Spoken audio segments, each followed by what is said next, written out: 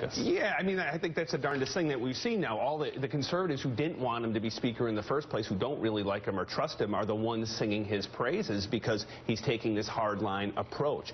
I simply do not believe he will allow default to happen. I think he's saying the things that he's saying because he knows at the end of the day he's going to have to lift the debt limit. This is a guy who has a business background, who gets a ton of money from business, talks to business leaders all the time. I cannot imagine that he's going to allow it to happen. In private, he keeps telling people, I got your back, don't worry, I've got a plan.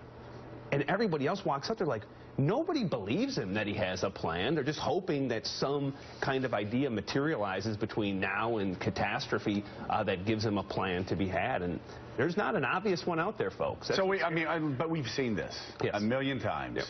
And it's always a business community that comes down, not only talks to Republicans, but talks to Democrats. Right. And it's almost like a Jedi mind trick. You will not allow the government to default. And they'll go, we will not allow the government to default. And then they go out and they do a deal. I mean, it happens time and time again.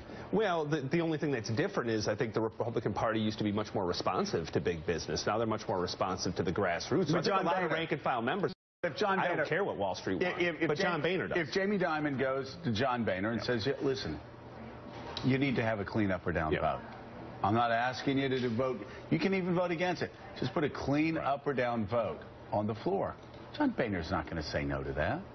He keeps saying that he'll say no to that, but I can't imagine at the end of the day that there's not going to be some. I think, sadly, it's going to be one of these awful solutions we keep having, which is let's give it another month and see if we can come up with a grand bargain.